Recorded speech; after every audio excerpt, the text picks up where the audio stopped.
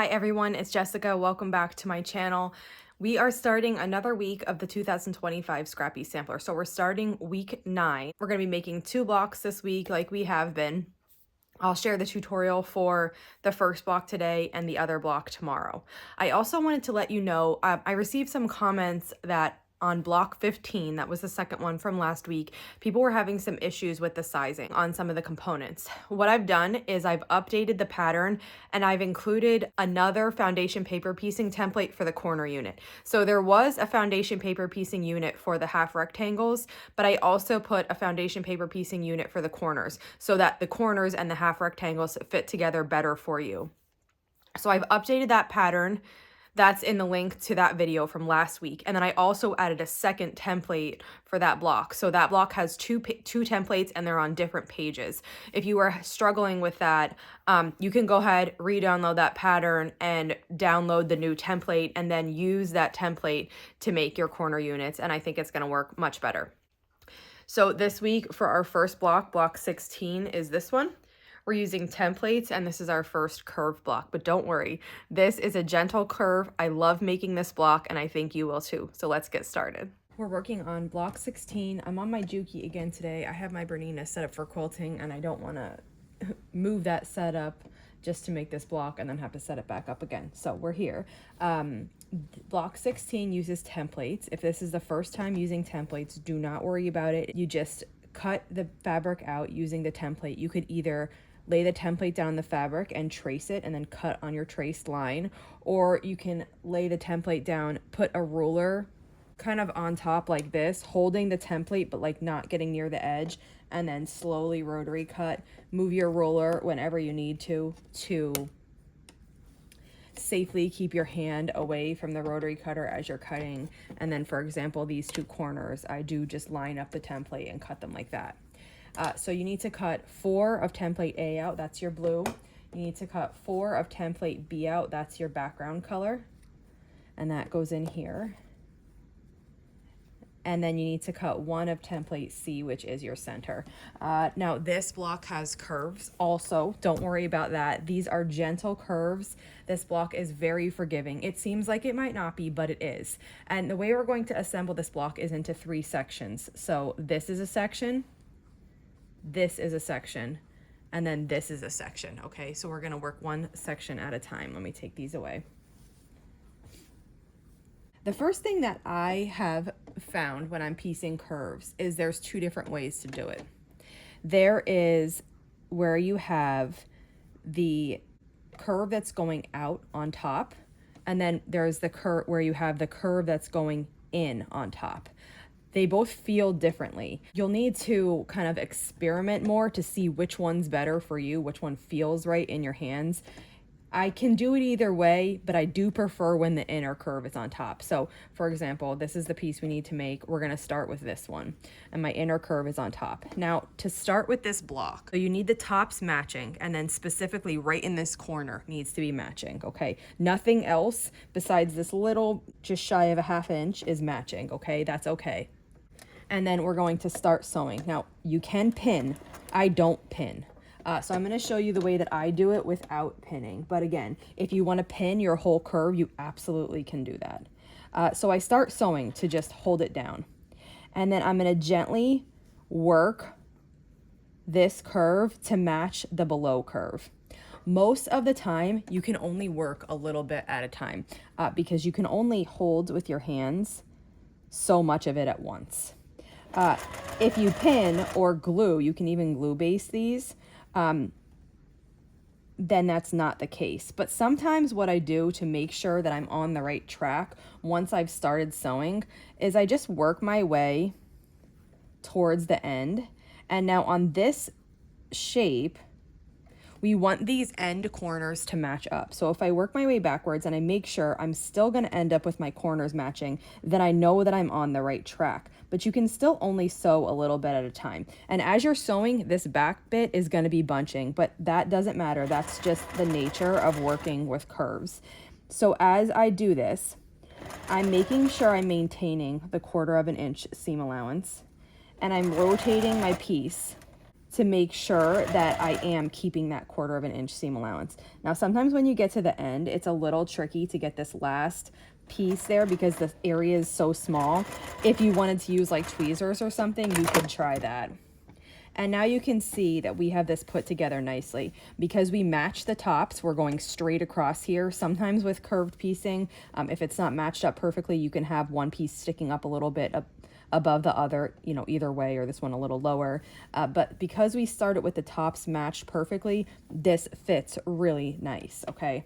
And then we're gonna do the same thing. Now, I did say my favorite way is to have the inner curve on top, but you really can do it either way. I like the way I can pull the inner curve more. It feels like that to me. So I'm gonna start sewing to hold it in, and then I'm still moving the inner curve to fit this outer curve. It's just on the bottom. And see how if you just do a little bit at a time, you can make it straight.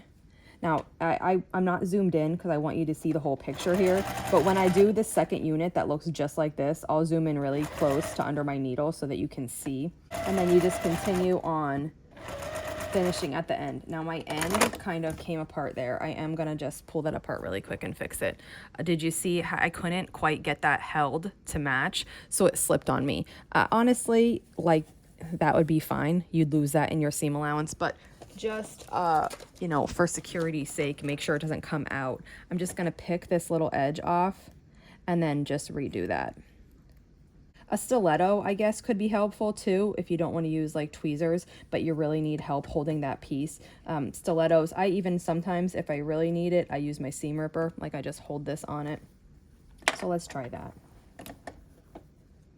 So then when I start, I just back stitch and forward stitch just to secure it. And then this is together now. And if I just use my seam ripper just a little bit, just make sure it doesn't go under your needle. You don't want it to hit that. And then this corner looks really nice. Now we need to make exactly one more of these just like this. So I'll do that and I'll zoom in a little bit so you can see closer to the needle here. So here are my 2 pieces and I'm gonna start just matching them up. Like I said, I'm matching across the top and specifically at this corner right here.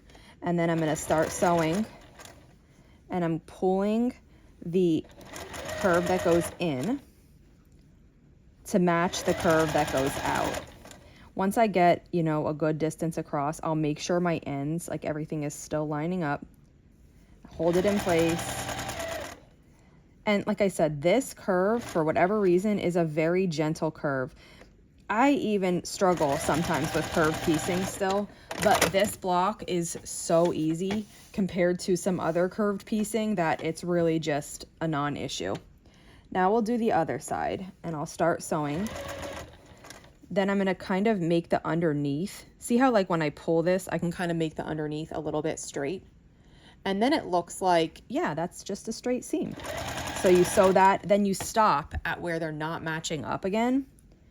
And then you just repeat that, kind of making it straight for the bit that you can make it straight. Sew to there, stop. Make it straight for the bit you can sew straight, stop. And then you just repeat this all the way to the bottom here.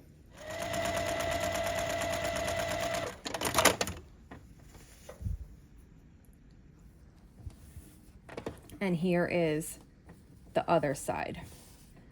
In terms of seam allowance, you can do whatever you want here. You can go out, you can go in, either way, it doesn't matter. So now we have the 2 edges of the block made and we need to make the center. The center is really easy. So I have these 2 pieces. I have my square and I'm going to just lay the square just right on the edge and we're gonna sew across here with a 1/4 inch. Then we'll do the same thing with the other one, match it up, sew across with a 1/4 of an inch.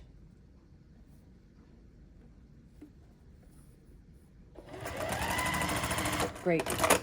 Now we need to start putting these together. This might seem hard because it's a bigger curve, but it's not. We're gonna take it like one step at a time.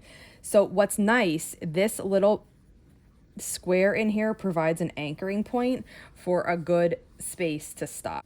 Okay, so now I'm gonna start by matching the top across and this little corner just like we did before. And I'm gonna start sewing.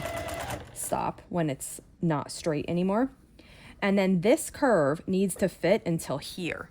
So what I usually do is I nest this little square from the center, and I hold it. And then I just use my inner curve to kind of just backtrack and fit the outer curve below it. I sew until I get to that nested seam and stop. Then I nest this side, sew across, stop, and then I'm gonna just match this top part up as if we were starting, and then I'll gently just press this inner curve to fit the outer curve.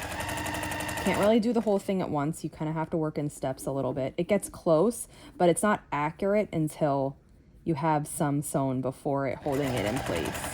And then I'm just gonna make this last bit fit.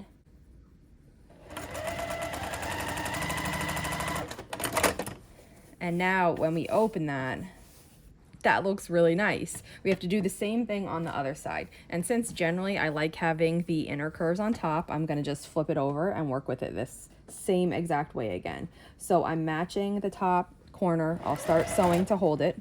Then I'll take a little break and I'll nest this seam right here.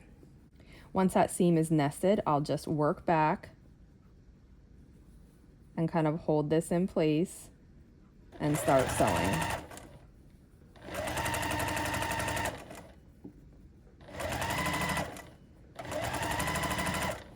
Then I will stop, nest this other side and sew to it. And then I will stop, get these two corners to match.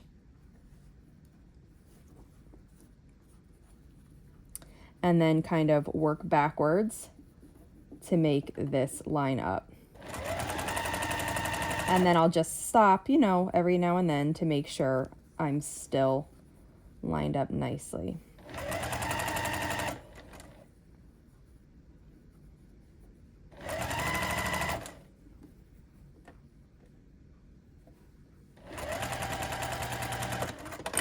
And that's it. This block seems so difficult, but once you give it a try, I hope you find that it's not that difficult and it's actually really fun and satisfying to make. That's it for block 16. Here's what it looks like. If you have any questions on this block, just let me know. And if not, I'll see you back here tomorrow for the next block. Thanks for following along.